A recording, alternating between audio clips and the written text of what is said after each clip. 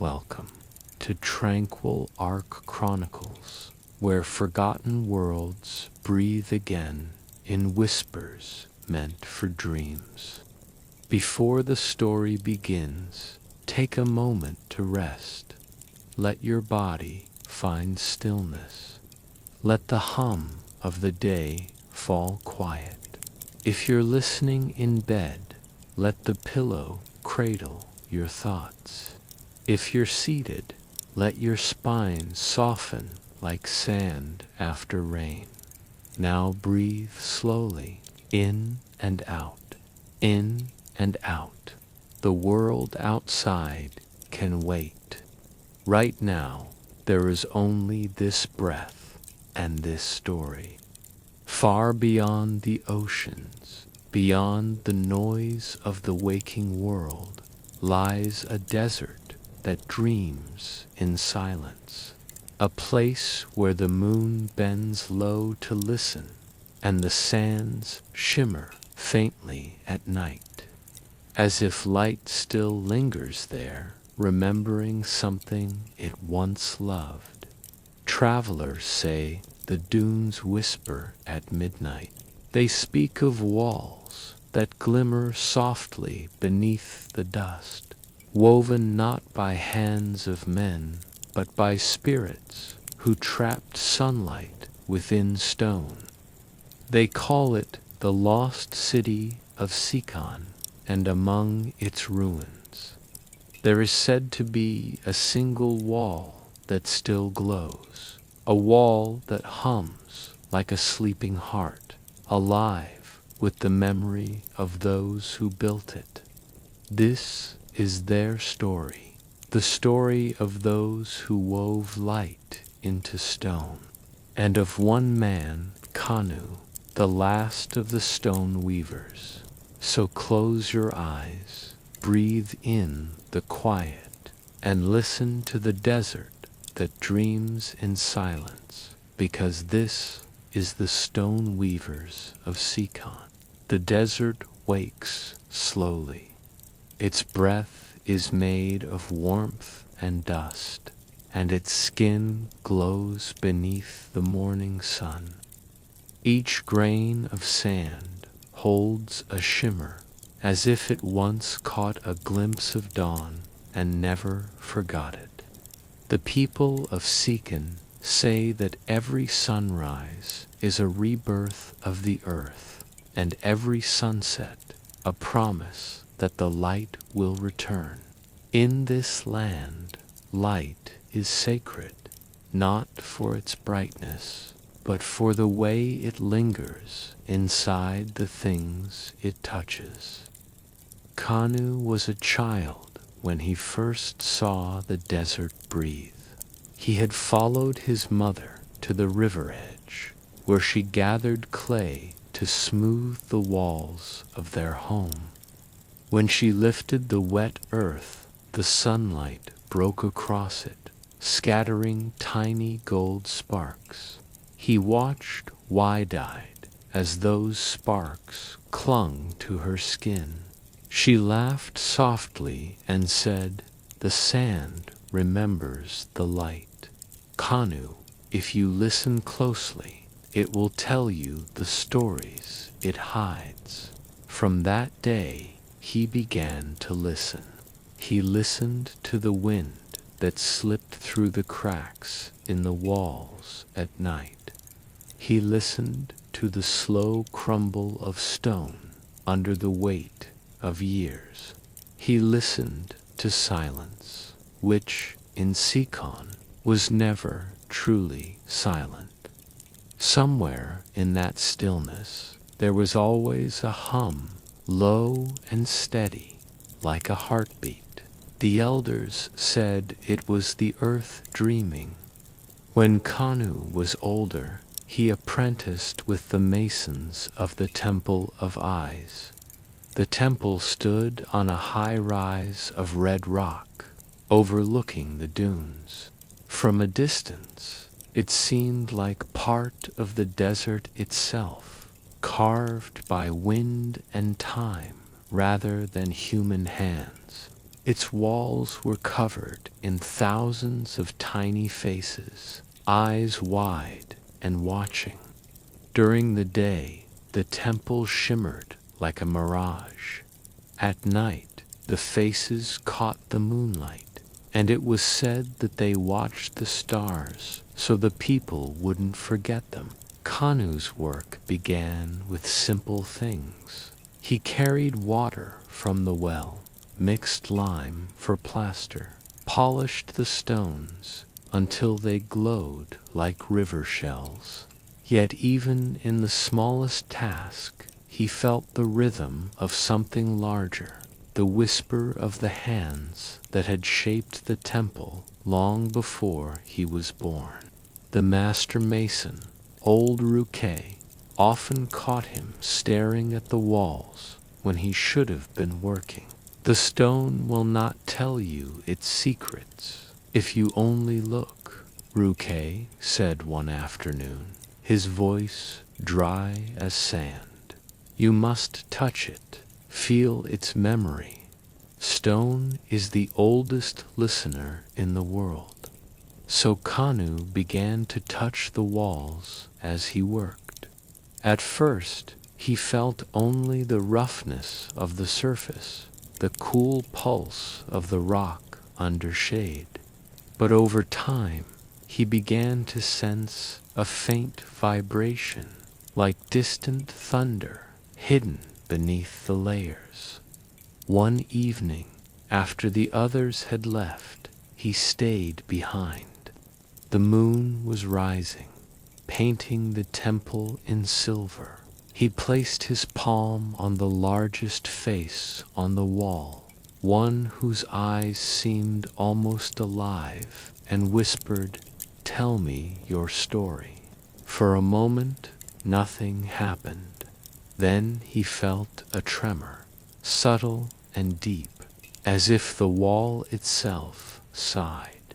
He pulled his hand away, startled, but when he looked again, he thought he saw the faintest glimmer move across the stone, like light caught beneath water. He said nothing to anyone. The next night, he returned. He brought a bowl of water and poured it over the same spot, watching how it reflected the moon. The shimmer came again, stronger this time, a ghostly gold that pulsed once, then vanished. It was enough. He knew the stories were true, that somewhere in the heart of the stone, light was sleeping, waiting to be woken. Weeks passed, and Kanu grew quieter. His mother noticed the change. She asked if he was unwell, but he only smiled faintly and said he was learning to listen better. She left him small bundles of food by his bed, whispering prayers for the gods of craft to guide his hands. He began to spend more time in the temple than at home, sleeping on cool stone floors, rising before dawn to watch the first light crawl across the carvings. One morning, as he traced his fingers along a newly polished wall, he felt something different. The surface beneath his touch was warmer than usual, as though it had stored the sun. He pressed harder. The warmth grew. He stepped back and looked closely. A fine shimmer spread under his palm, mark faint, but there he turned to call for Ruke, but stopped. The light faded almost immediately, leaving behind only dull stone. It was fleeting, fragile, like breath on glass, but it had been real. Later that week, while grinding limestone in the courtyard, Kanu overheard two older masons whispering. They spoke of an ancient art, sun weaving, a forbidden craft once used by the first builders of Sican. They said the masters of that age had found a way to trap sunlight within stone, creating murals that glowed even in darkness. But the knowledge had been buried after the last great drought, when many temples fell and the land nearly lost its voice. It was a dangerous art, one man murmured. The stones needed more than sand to remember light. They needed life. The words lodged in Kanu's mind like a spark beneath ash. He asked Ruke about it that evening, but the old man's face grew shadowed. Do not chase old ghosts, boy. There are some crafts that cost more than they give. Then he turned away and would say no more. That night, Kanu couldn't sleep. The wind outside moaned through the temple arches, carrying grains of sand that hissed softly as they drifted along the stone. He thought of the warmth beneath his hand, the shimmer that had answered his touch. He thought of the old tales of light woven into walls. Somewhere deep inside, curiosity and reverence tangled together like roots under the earth. He whispered to the dark, if light can live forever in stone, maybe so can we. From then on, Kanu worked in secret. He collected different sands from the desert, some red, some pale as bone, some that sparkled when crushed. He mixed them with oils, ash, and river salt. He tested each blend on small stones he hid behind the temple's back wall. Days turned into weeks. Some stones cracked, others dulled, but a few began to change, not visibly, but in feeling. When he touched them, they thrummed faintly, like distant drums beneath the earth. Ruke grew weaker as the months passed. His cough deepened and his eyes dimmed. Before his final day of work, he called Kanu close. I know what you are doing, he said, his voice thin as smoke. You seek the light the ancients trapped. You must understand, it was never the light they wanted to hold. It was their memory. The walls do not glow for beauty. They glow because they remember what they were built to protect. Kanu bowed his head, heart heavy. Then I will build for memory, master, he whispered, so we do not vanish when the sands take us. Ruke smiled faintly, a small crescent beneath tired eyes. Then perhaps the stones will forgive you, he murmured, and closed his eyes for the last time. That night, as the temple bells called out for the passing of the master mason, the young apprentice returned to his hidden chamber. The desert wind followed him, brushing against his skin like cool breath. He laid his palm on the test stones and felt their hum deepen, resonating faintly with the rhythm of his heartbeat. For the first time, he whispered the words that would guide him for the rest of his life. Let the light remember us. Outside, the dunes shifted softly under the moon. The desert listened, patient as always. Somewhere beneath the endless sand, something old stirred the faint shimmer of light waking within stone. And though Kanu didn't know it yet, the desert had begun to remember his name. The days that followed were slow and sun-heavy. The season of dry winds had arrived, and the desert carried a constant sigh, a low, endless hum that seemed to echo from everywhere and nowhere at once. The dunes rippled like water frozen in motion, and the air shimmered with heat. Inside the temple, Kanu worked in near silence, the rhythm of his chisel blending with the breath of the wind. Dust drifted around him in golden threads, catching the light as though tiny spirits danced between the strokes of his hands. The other masons had begun to rebuild the outer sanctum, but Kanu often stayed behind after the day's work, his focus narrowing to the secret wall behind the temple where his small experiments rested. Each night the stones seemed a little more awake. When he brushed them with his fingertips, they trembled faintly, a whisper too subtle to hear, but felt deep within his bones. He began to think of them not as objects, but as living things, slow, patient, breathing in light instead of air.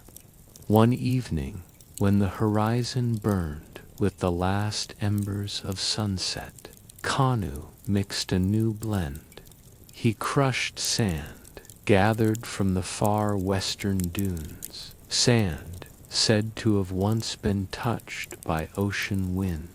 Its grains were softer, tinged faintly with salt, and shimmered even in shadow.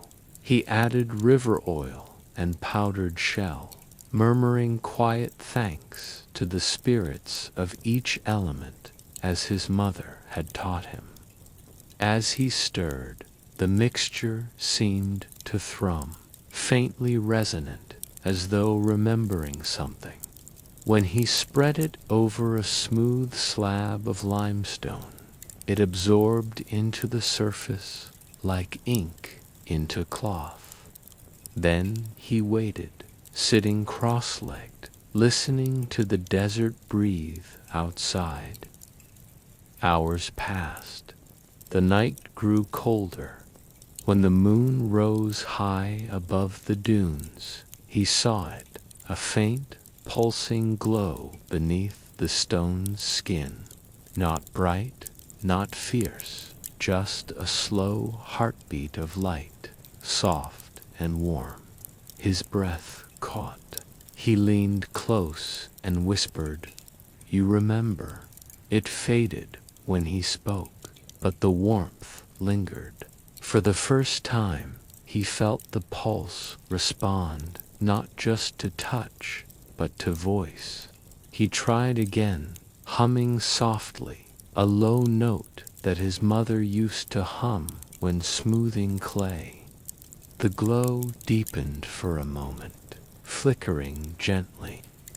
It was as if the stone was listening. He smiled, tears rising unbidden. "Then let us learn to sing together," he whispered, and the desert wind answered with a sigh. The next day, he worked as usual, hiding his excitement beneath the quiet patience of craft. But the thought of the humming stone haunted him. He wondered what kind of songs the ancient builders had sung, what voices had guided their light. Perhaps the murals of old still carried those echoes. That night, he walked to the far side of the temple, where the oldest walls leaned with age and the carvings had worn almost smooth. He placed his ear to the stone. At first, there was only the faint rustle of wind. Then, beneath it, a vibration, barely audible but steady, rhythmic. like the deep tone of a drum struck miles away. He closed his eyes and let the sound move through him. It wasn't a melody, not in the way songs are sung by people, but it had pattern, a pulse, a slow rise and fall, as if the temple itself were breathing. He whispered to it, softly, "Are you remembering too?" In the following weeks, he began to carve differently. Instead of focusing on the precision of the lines, he let the rhythm of the chisel follow the stone's pulse. The strokes grew slower, more deliberate. The other masons noticed, but said nothing. They had learned that Kanu's quiet ways led to beauty, and the temple's master had trusted him. His carvings began to have a strange harmony, a flow that made them seem alive, even in stillness. At dusk, when the workers left, Kanu stayed. He sat before the glowing slab and hummed in the same low tone, sometimes for hours. The light grew more stable now, a warm flicker that seemed to breathe with him. He began to sense emotions in the light, sorrow, longing, remembrance. It was as though the stone carried memories not just of sunlight, but of the hands that had shaped it, the laughter that once filled these halls, the prayers whispered long before he was born. One night, when the sky was heavy with clouds and the moon hid its face, Kanu heard footsteps behind him. He turned, startled, to see a figure standing at the entrance, an old woman, her hair silver white, her cloak shimmering with woven dust. She looked at him with calm eyes. "You hum to the stones," she said, her voice soft as the wind through reeds. Few still remember that song. Kanu rose, bowing slightly. "I did not mean to disturb," he said. "You are not disturbing," she replied. "You are awakening. The stones have slept long enough." She stepped closer, her presence filling the small chamber with quiet warmth. "The song of the walls," she murmured. "It is older than the temples, older than the Sican themselves. The first builders did not carve to decorate, they carved to remember. Every stroke was a syllable, every groove a breath of memory. The walls sing when they are ready, and you have begun to hear them." Kanu hesitated. "But I do not understand what they say you will," she said. "When your heart no longer seeks to be the listener, but becomes the song." He wanted to ask who she was, how she knew these things, but before he could speak again, she reached out and touched the glowing slab. The light brightened, soft and golden, filling the room with a tranquil radiance. Her hand shimmered briefly, as if woven with the glow itself. Then she looked at him and smiled faintly. "When you carve next, do not use the chisel alone. Let your breath guide your hand." With that, she turned and walked away, her steps leaving no mark on the sand. Kanu ran to the doorway, but the courtyard was empty, only the wind swirling softly around the pillars. For a long time he stood there, the echo of her voice lingering like perfume in the air. He returned to the slab, and placed his palm on its surface. The glow answered, stronger than before.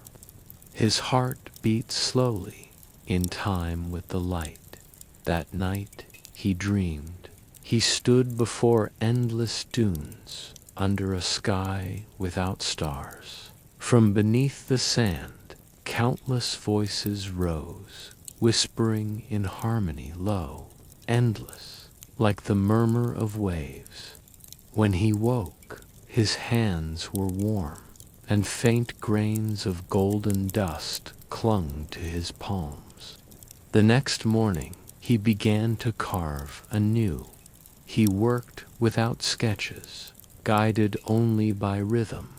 The design unfolded in curves and spirals, shapes that echoed the movement of the wind. When sunlight struck the wall, it shimmered faintly, not from reflection, but from something deeper, as though the stone itself remembered the touch of his breath. Word spread among the masons that Kanu's walls glowed softly at dusk.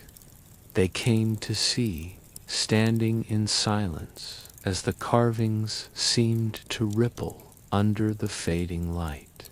The boy has found the spirit of the rock, one murmured. No, another said quietly, the rock has found the spirit of him. But not all were pleased.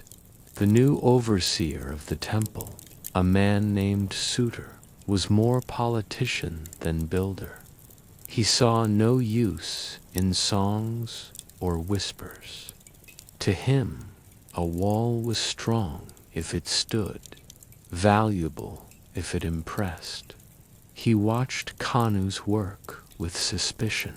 You waste time with your superstitions, he said one morning, his tone sharp against the calm air. The gods need monuments, not lullabies. Kanu bowed his head, saying nothing. The stones did not need defending. They knew their own truth. As days passed, the glow in the walls deepened, faintly visible even in daylight. Pilgrims who came to the temple would pause, drawn to the subtle shimmer. They said they felt peace there, as if their worries thinned for a moment. The overseer grew uneasy. This is trickery, he muttered. Light is for the sun, not for stone. But the people began to speak differently. They said the temple sang when the wind was right, that if you closed your eyes, you could hear a voice beneath the silence, low, soothing, eternal. Kanu continued his work quietly. He no longer sought to control the glow. He simply listened to the stone, the breath of air between carvings, the silence between hammer strokes. At night, he sat before the glowing wall and whispered the names of those who had passed. Rupke, his mother, the builders who had once carved beside him.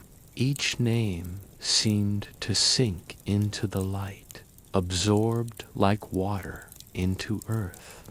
And one night, when he finished his quiet recitation, the wall answered. The glow shifted, forming faint lines of motion, not carvings, but movement within the light itself, as if shapes were remembering their form. He leaned closer and saw what could only be faces, ancient and calm, eyes closed in peace. He smiled softly and whispered, "Then you remember us, too." Outside, the desert wind carried the echo of that whisper, weaving it into its endless song, and the temple of eyes, for the first time in generations, began to hum again, so softly that only those who truly listened could hear.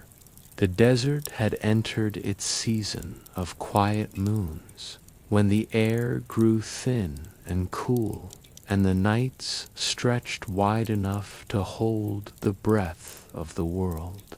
The sands no longer burned by day, but shimmered under the sun like powdered glass, and when night arrived, the dunes glowed faintly under the starlight, as if the earth itself were remembering daylight in its sleep. Kanu now rose before dawn. The temple was his home in every sense, its corridors, his veins, its stones, his skin.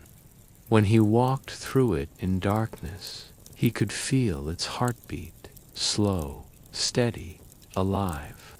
The glow within the walls had grown stronger in recent weeks, faintly visible even before the sun's return. At first, the other masons whispered that it was a blessing, but as word spread, curiosity turned to unease. People feared what they did not understand, and the thought of light living without fire unsettled them. But Kanu did not fear it. He loved it. Each glow was like a breath returned, a promise that memory did not die with time. The wall now hummed faintly when he entered the chamber, as though recognizing him.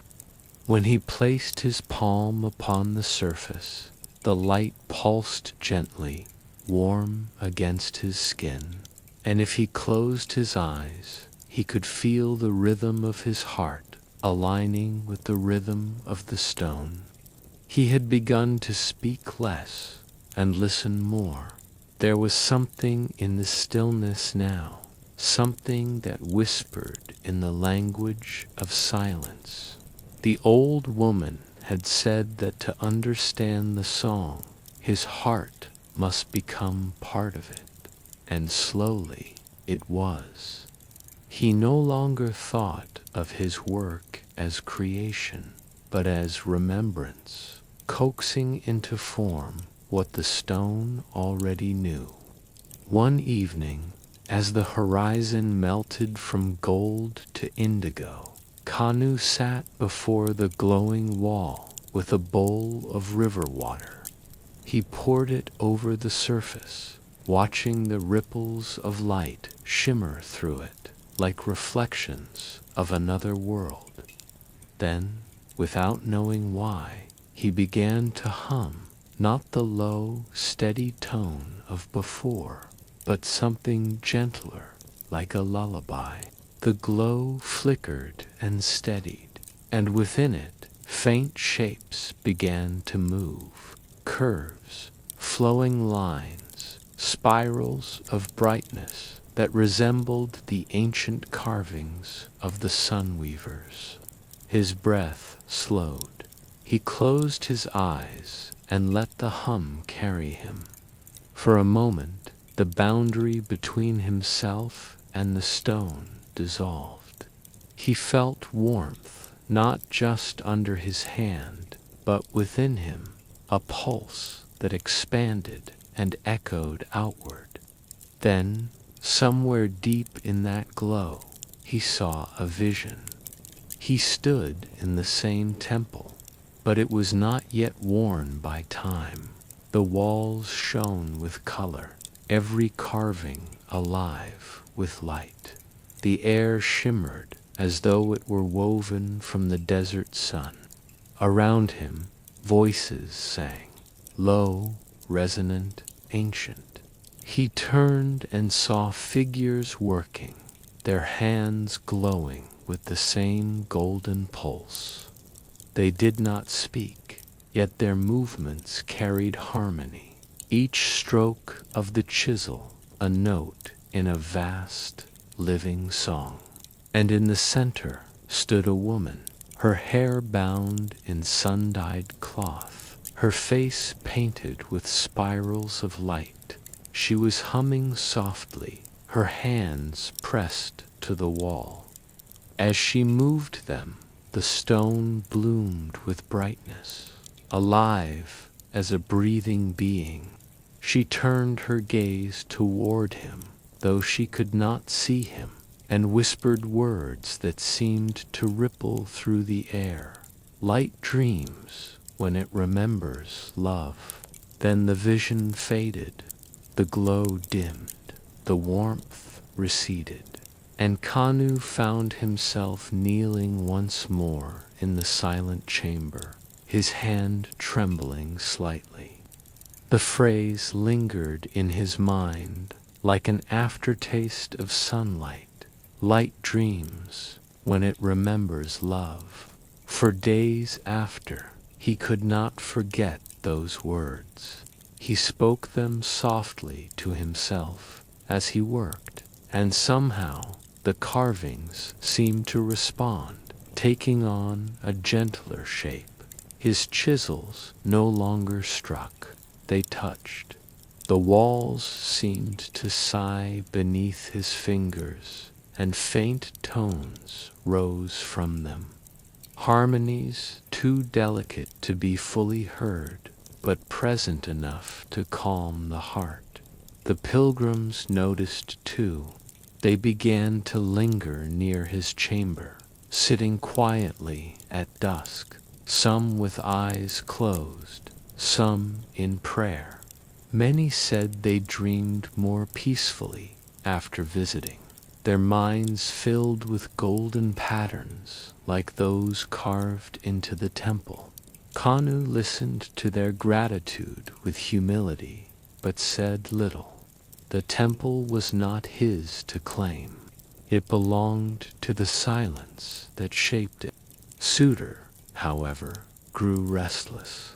The overseer could not ignore the attention the glowing walls received.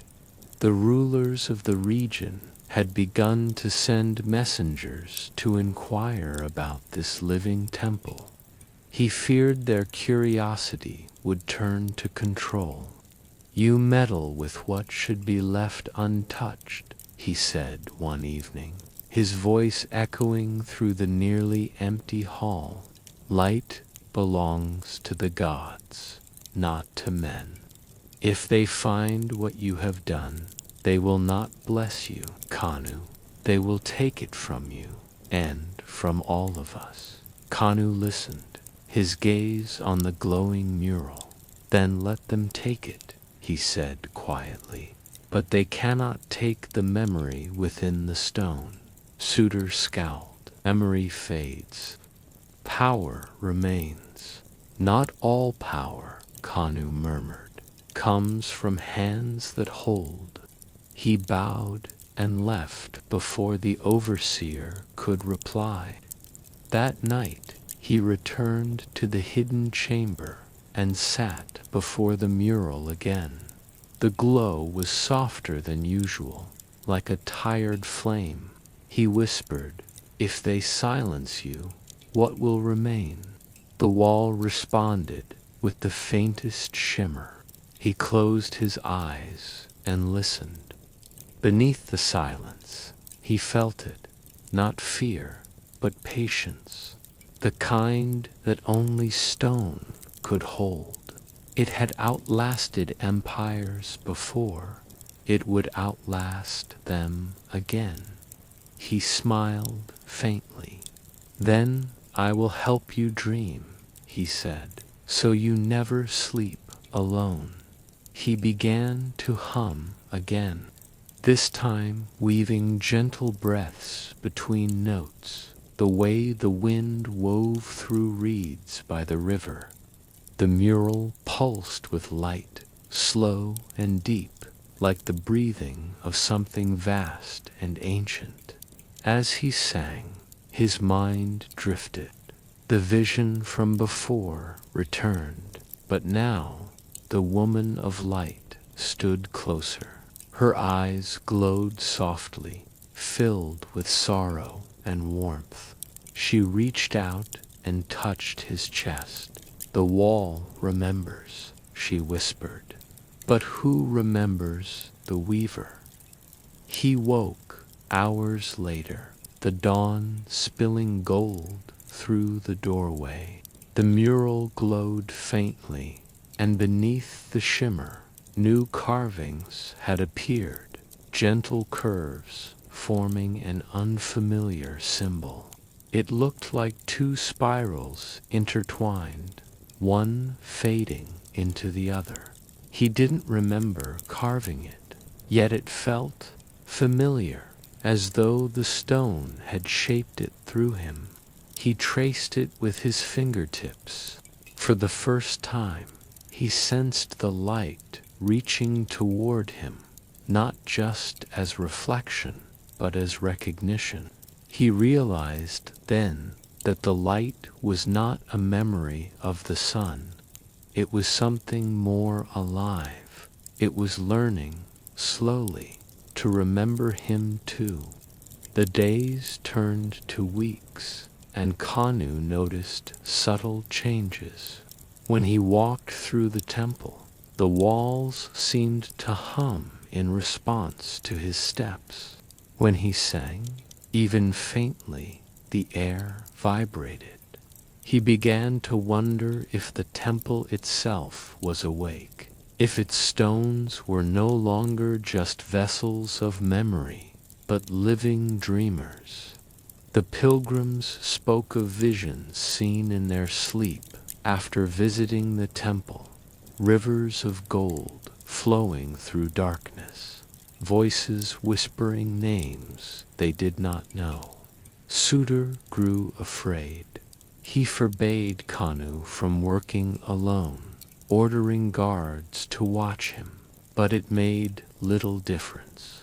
The glow continued, indifferent to command. One night, as a storm rolled across the dunes, Kanu sat in the chamber with only the sound of wind and thunder outside. The storm's flashes briefly illuminated the carvings, and between them the light of the mural shimmered in response, not flickering, but breathing. The rhythm of the storm and the rhythm of the stone intertwined, like two beings sharing the same dream. Kanu whispered into the air, "You are learning to dream." The wall answered with a soft pulse of light. He smiled, weary but peaceful. "Then dream of us kindly," he said. "Dream of a world that remembers." The storm passed by dawn.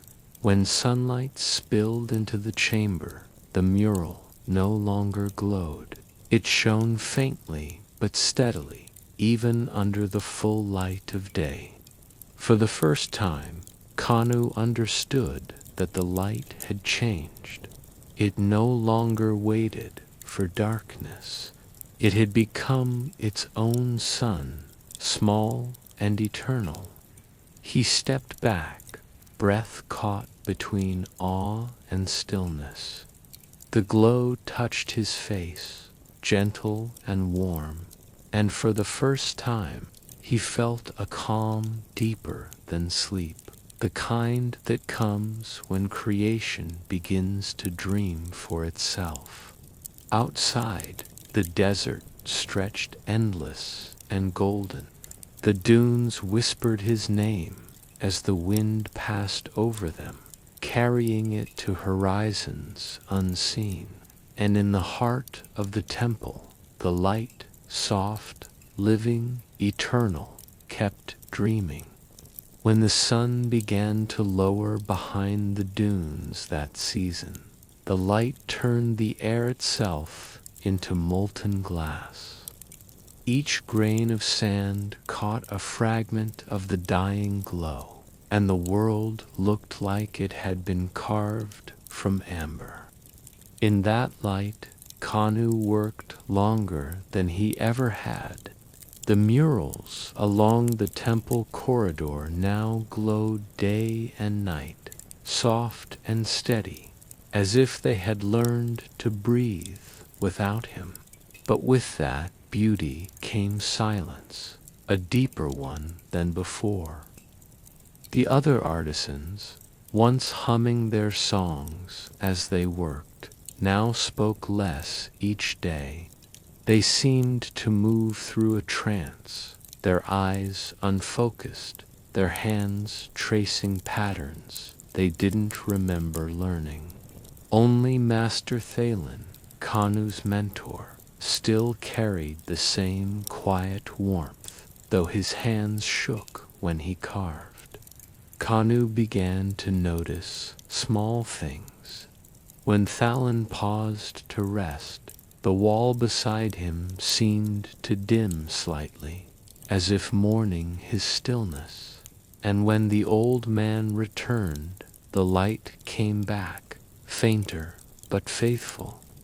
One evening, as the two worked alone, Thalen said softly, "Do you ever feel the stones watching us, Kanu?" The younger man smiled faintly. "Always." The old master's eyes, pale and tired, searched the mural. "They remember more than we ever could, but memory has a price, even for stone." Kanu looked down at his hands, cracked, lined with thin cuts from years of shaping rock. "I've given them my touch," he said. What more could they ask? Thalen didn't answer. He simply placed his palm on the glowing surface, eyes closed. For a moment, Kanu thought he saw light gathering beneath the elder's skin, tiny threads weaving from hand to wall. Then Thalen withdrew, his breath slow, his face peaceful. That night, the master didn't return home. They found him at dawn, seated before the mural, his hand still resting on it, his features calm, as if he had fallen asleep mid. The mural behind him glowed brighter than any other, warm and alive. Kanu sat beside his mentor's body long after the others had gone. The temple was quiet, except for the soft hum that always came when the light stirred. He noticed the old man's chisel lying nearby, its wooden handle stained dark. Out of instinct, Kanu picked it up. A sharp edge caught his palm, drawing a thin red line across his skin. He flinched, not from pain, but from surprise, and a single drop fell onto the stone. The glow responded, not fiercely, but gently, like a breath drawn inward. The line of the mural pulsed once, faintly, in rhythm with his heartbeat. Kanu froze. Then, slowly, he pressed his hand, the same wounded palm, flat against the wall. The warmth that met him was unlike sunlight. It was soft, intimate, like touching memory itself. He could feel something reaching back, a pull not of strength, but of recognition. In that stillness, he heard Thalen's voice again, though faint, almost like a memory caught in the wind. "The stones remember us through what we give, not what we take." When he withdrew his hand, the glow subsided, but the warmth lingered. He looked at his palm. The cut was gone, leaving a thin, pale mark, like a thread of gold under his skin. He whispered to the empty hall, "So this is how you gave, Master." The following days, Kanu's work changed. He no longer forced his art, he breathed it. He let the pulse of his own body guide the rhythm of the chisel, the hum of the walls, the tremor of each curve. The murals no longer depended on pigments or mirrors of sand.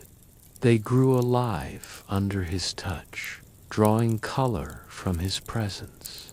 The others began to notice that when Kanu entered the hall, the walls would glow even before the lamps were lit. No one spoke of the old master's death, but every artisan bowed quietly when they passed that mural. They said nothing, but in their silence, gratitude lived.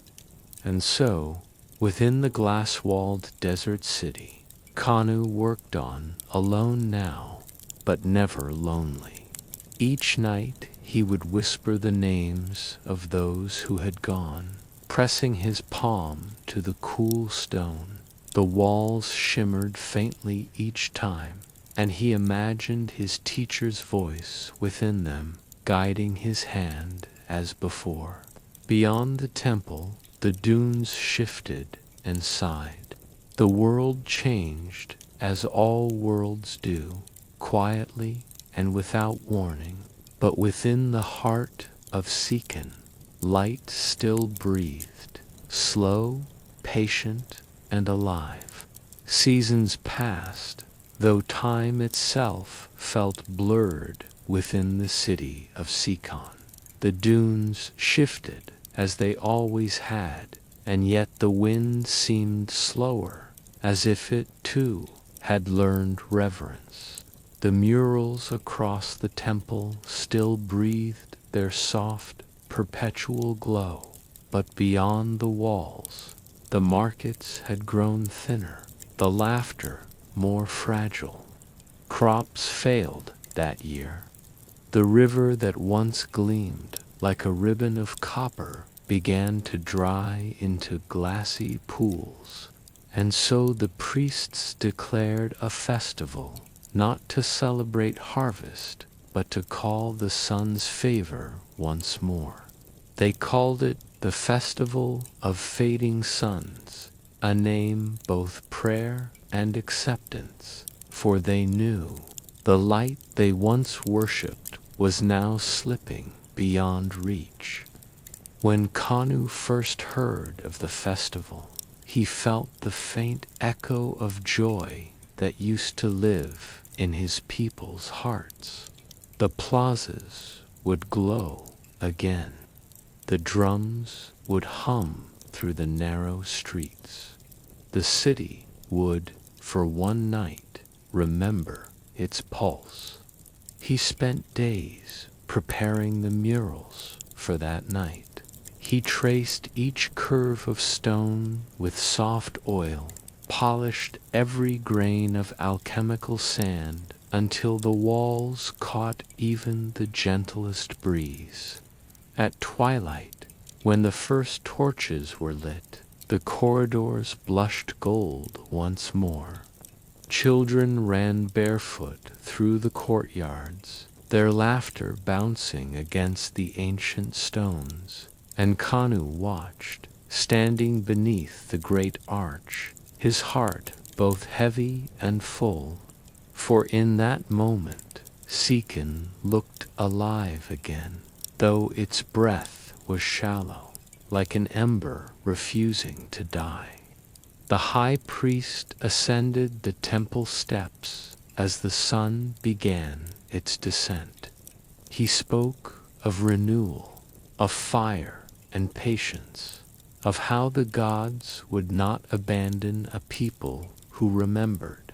And as he lifted a small bowl of crushed luminite sand to the air, the last ray of the sun struck it, scattering gold dust into the wind. The crowd gasped. For a heartbeat, the entire city glowed. Walls, faces, sky, all bathed in that sacred, fleeting shimmer. But then, just as quickly, the light dimmed. The wind rose, scattering the dust like fading stars.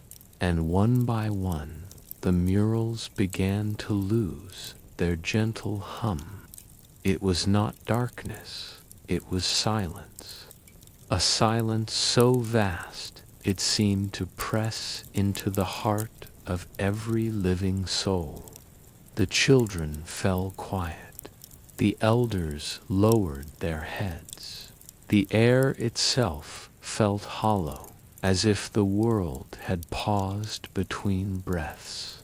Kanu stepped forward, his pulse steady, his eyes reflecting the dim light of the murals. He placed his palm on the nearest wall, the same wall where Thalan's spirit once seemed to whisper. No glow answered him, only cool stone, still and waiting. He closed his eyes. You remember us, he whispered, but you are forgetting yourselves. Around him the crowd murmured. Some called for him to stop, others for him to pray harder. But Kanu did not raise his voice. He simply breathed, slow and deliberate, feeling the rhythm of the earth beneath his feet. And then, softly, almost imperceptibly, the wall pulsed, not from light, but from warmth. It was faint, like a heartbeat under centuries of sleep. Kanu turned to the crowd. The walls need more than sun, he said quietly. They need what we have forgotten, our remembrance, not our fear. No one replied, but that night, as the people returned to their homes, a strange peace followed them, a quiet trust that maybe the fading glow was not an ending, but a transformation. When the city fell into silence again, Kanu remained in the temple, tracing the carvings with his fingertips. He whispered the names of those who had passed, one by one, until his voice became part of the stillness. And as the moon rose high, the murals began to breathe once more, faintly, softly, as though stirred by the sound of his remembering. The glow was weaker than before, but purer, no longer the brilliance of the sun, but the calm reflection of the soul. And in that fragile light, Kanu smiled. The festival was over. The city slept, but Sican remembered.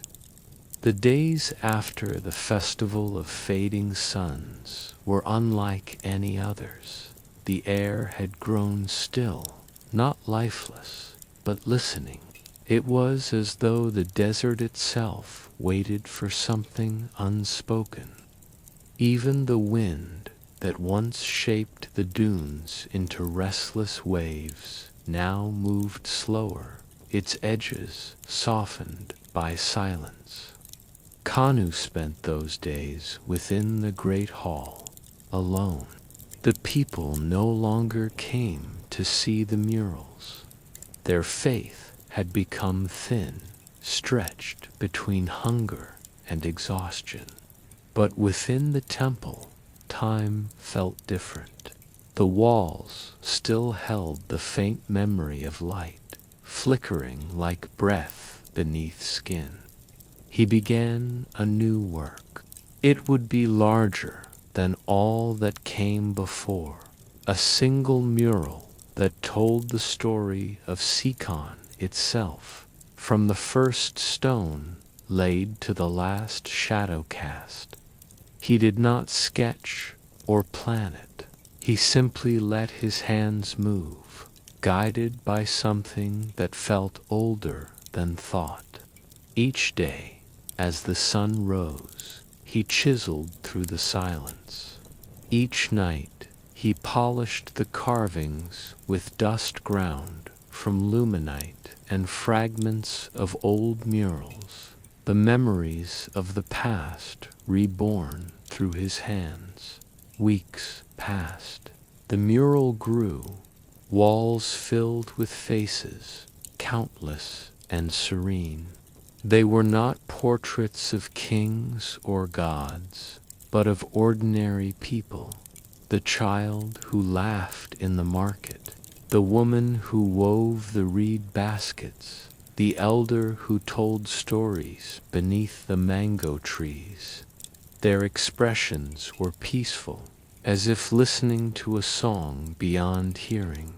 And then, one night, as Kanu traced the final curve of a cheek, his hand stilled.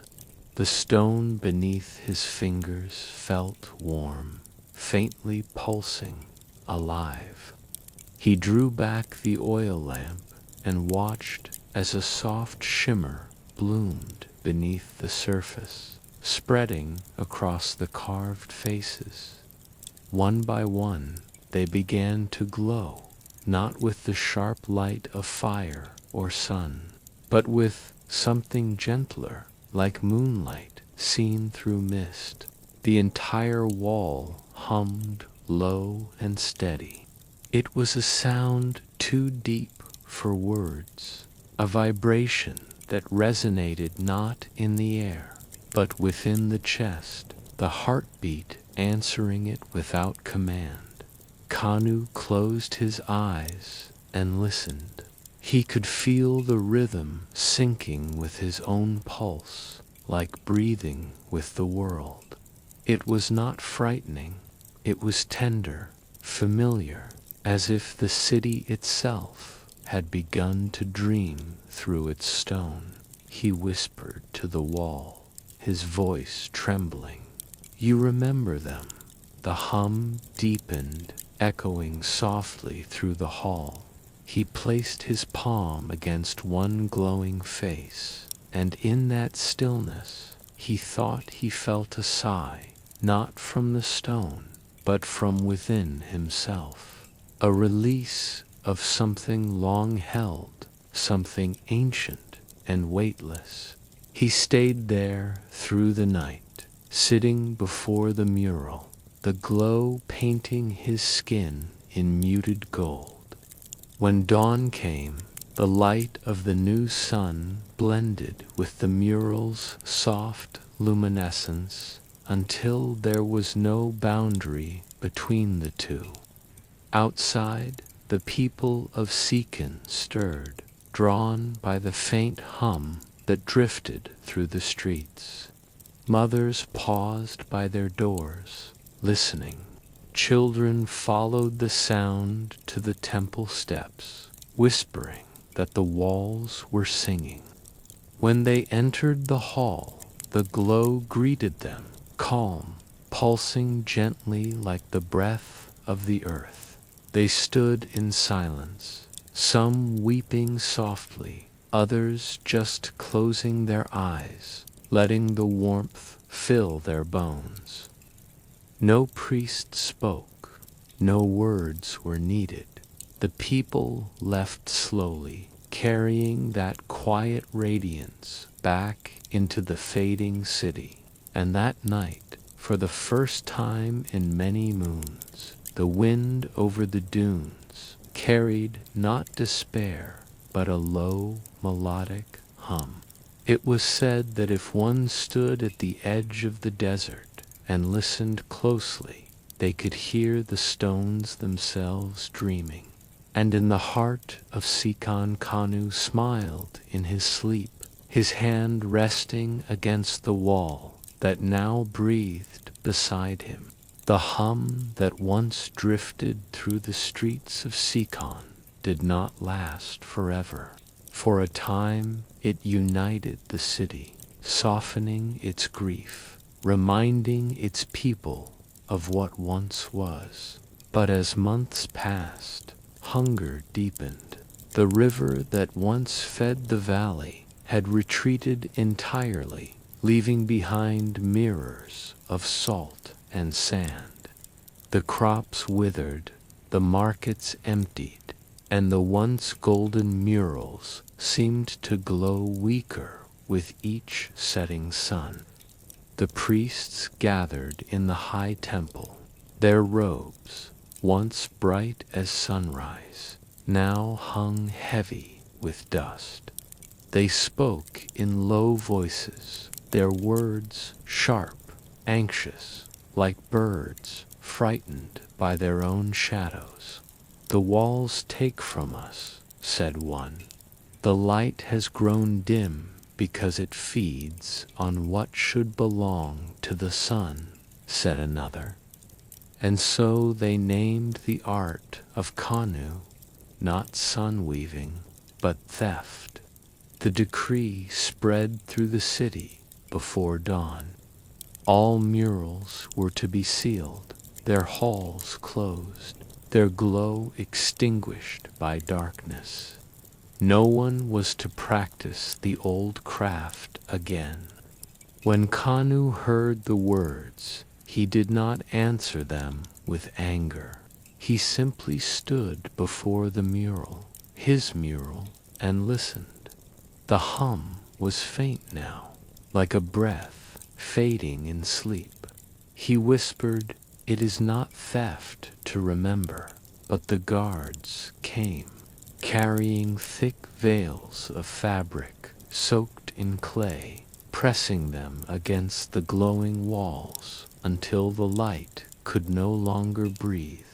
The temple fell silent once more, but this time it was not peaceful. It was a silence of loss. That night, when the city slept under a red, windless moon, Kanu gathered what little he had, his chisels, his jars of luminite sand, a small lamp, and the chisel handle once used by his master. He left the great hall and descended into the catacombs below the old temple places, where the oldest walls were carved by the first ancestors. The tunnels breathed dust and memory. The air was cool, and each step echoed like a heartbeat.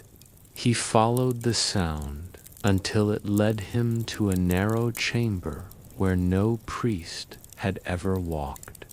There he set down his lamp. The flame flickered gently, revealing smooth stone, untouched by art. For the first time in years, he felt the quiet not as loss, but as invitation. He knelt and began to carve.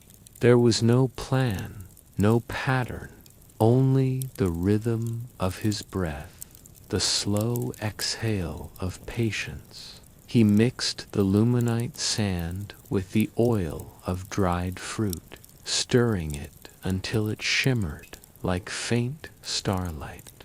And as he pressed it into the grooves, the faint hum returned, not loud, not strong, but steady.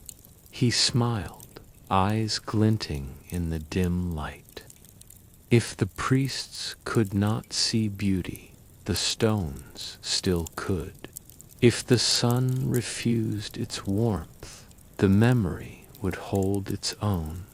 Days turned to weeks. Above him, the city continued to fade, its markets silent, its towers eroded by wind. But in the chamber below, Kanu's new mural grew quietly, like roots finding water in hidden soil. He painted not the faces of kings, but the shape of breath itself, curves and spirals that echoed the sound of dreams. The mural shimmered faintly, the same golden hue as the desert at dawn. He did not ask it to shine, he only asked it to remember. And each night, when he set down his chisel, he would sit before it and whisper, "Let the world forget me. But remember this light, the one that harms no one, yet warms everything." The wall breathed back, faint and kind. Above him, the empire of Sican continued to crumble. But in that quiet chamber, deep beneath the dunes, The light never collapsed. It only softened, folding itself into the rhythm of eternity.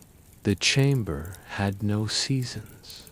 Days drifted into nights without measure, and time became a slow, circular current. Above, Sican's city was fading, its streets emptied, its towers reclaimed by sand. Below, in the quiet beneath it all, one man still worked, his breath the only rhythm that remained. Kanu's hair had turned silver, the color of the stone dust that clung to him. Each movement of his chisel was slower now, but surer, as if he was carving, not with his hand, but with the memory of 1,000 hands before him. The walls around him shimmered faintly, pulsing in rhythm with his quiet breathing. He had long stopped seeking light. What lived in these walls was something gentler, a warmth without color, a glow that didn't need the sun. When he paused between strokes, he could feel the faint vibration within the stone. It was like a heartbeat, slow and ancient. At first, he believed it belonged to the murals, but one evening, as he leaned against the wall to rest, he realized it was his own pulse, echoing through the stone, each beat becoming part of its hum. He smiled softly. So it was never the walls that remembered, he whispered. It was me, teaching them how. He began to write the names again, not with pigment or luminite, but by breathing them into the dust. Each exhalation carried a name, his mother, his teacher, the friend who once sang while chiseling the first gate. With every name, the glow deepened slightly, as though the walls were listening, absorbing not just words, but the meaning behind them. But breath was not enough. He could feel it. The art wanted what could not be spoken, essence, the quiet shimmer of life itself. He understood now what Thalen, his master, must have discovered long ago. Not blood as sacrifice, but as memory as ink, the soul as warmth, pressed gently into the stone so that it might remember longer than flesh. And so, one night, when the moon was full and pale as ash, Kanu pressed his palm against the mural. The lines of his hand glowed faintly where they touched. He felt the pull again, that same gentle exchange he had once known when his teacher passed. It was not pain, only surrender.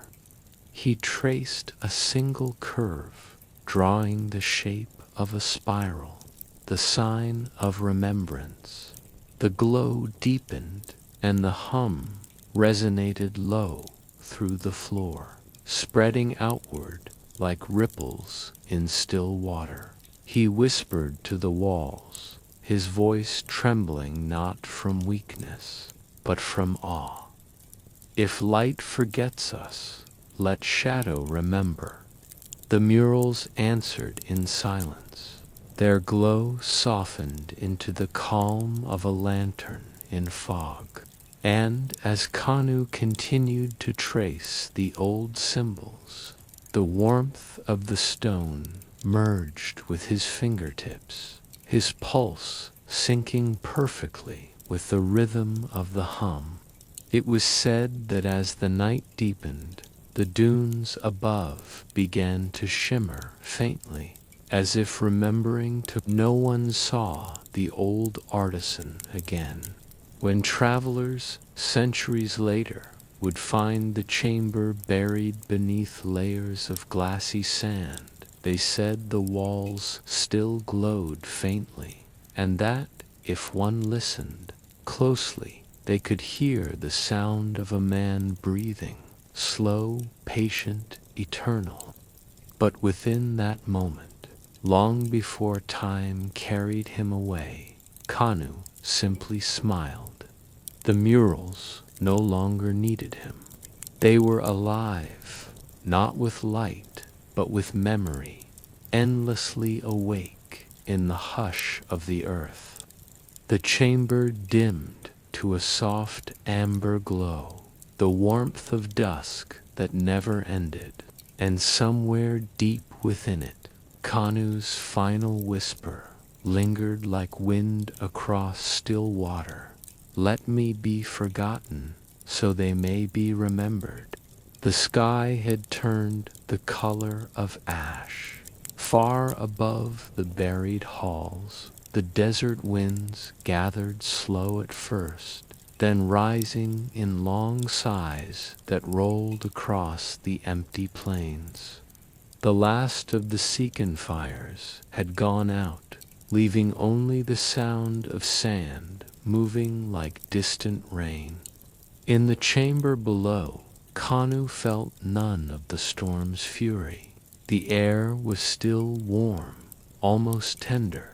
The walls around him shimmered faintly, like the dying glow of embers that refused to fade. He knew what the coming storm meant, the end of the city, the erasure of all that once stood in the Lambayeque Valley. But there was no fear, only the stillness of completion. He sat before the last unmarked wall. It waited for him, smooth, untouched, almost breathing. He had left this space empty for years, not out of hesitation, but because he did not yet know what belonged there. Now he did. He gathered the remaining dust from his palms, the fine, luminous sand that had been both his companion and his teacher. He mixed it with the faint glow that rose from the floor, a quiet current of light that seemed to recognize him, and with the first stroke he began. The lines were slower this time, drawn not with ambition, but with peace. He shaped the curve of a shoulder, the arch of a brow, the hollow beneath the eye. The wall glimmered softly with each mark, reflecting not perfection, but truth, the quiet fatigue of years spent listening to stone. It was his own face that took form, not as he was, but as the murals saw him, part of their texture, one more ripple in the fabric of their glow. He carved the eyes last, open and calm, gazing into the endless silence beyond time. As he finished, the ground trembled. The first tremor of the great sandstorm reached the valley, a sigh through eternity. Dust fell from the ceiling, catching the dim light like drifting sparks. Kanu did not move. He sat before his reflection, and for the first time the wall seemed to breathe back. The eyes in the stone shimmered faintly, then steadied, glowing with the color of dawn remembered. He felt warmth spreading from the mural into his chest, gentle as the touch of water. It was not taking from him any more. It was giving something back. The essence he had offered through years of labor was returning, transformed, not as life, but as belonging. Outside, the wind roared. Sand filled the valleys, the temples, the courtyards, where once laughter had lived. But here below, everything slowed. The murals glowed together now, weaving one light into another, the city's faces, its prayers, its laughter, its songs, all merging into a single, vast shimmer that moved across the walls like a tide. And at the center of it, Kanu's reflection glowed brightest. The sound of the storm grew distant, as though the earth itself began to cradle the chamber, hiding it from the world. He exhaled once, slowly. It was not surrender, it was completion. The glow around the mural pulsed once more, then softened to a steady heartbeat of gold. His body stilled, but his eyes, carved in stone, remained open, watching, remembering, forever part of the weave. Above, the storm buried the last traces of Sican beneath shifting dunes. Below, in the deep hush of the buried temple, the light did not die. It waited, patient as memory, soft as a whisper. And when the desert night came, travelers who crossed that place centuries later would see faint glimmers beneath the sand, like breath through stone, like the echo of a dream still unfinished.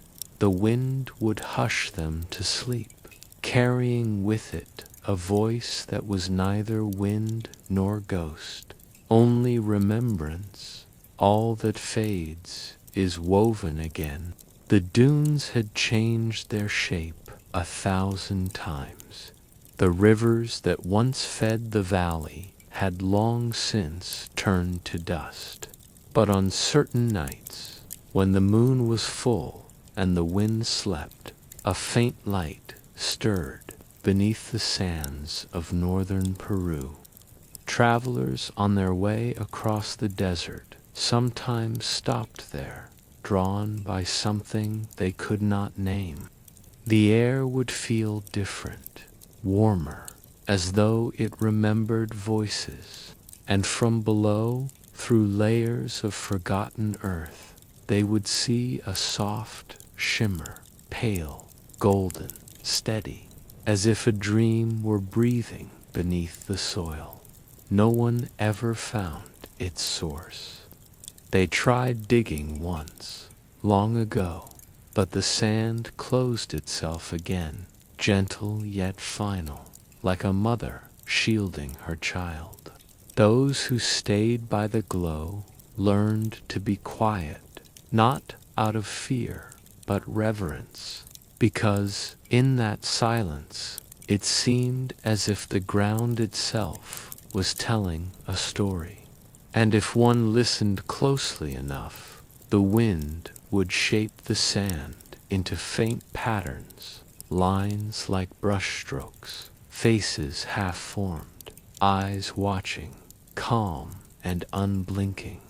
Then the shimmer would fade again, leaving only the sound of night. They called it the breath of the old walls. Some said it was the soul of an ancient craftsman who had woven light into stone. Others said it was the desert remembering itself, each grain of sand once touched by human hands, each whisper once a name. The truth no longer mattered. What remained was peace. Even now, if one were to rest there, beneath the same sky that once watched over the Sican, the ground would still hum faintly, a lullaby in the language of stone, a warmth that asks for nothing, gives everything, and holds the shape of a world that refused to vanish. The light doesn't blaze, it breathes. It flickers softly, like the pulse of someone sleeping, and those who wander near often fall silent without knowing why.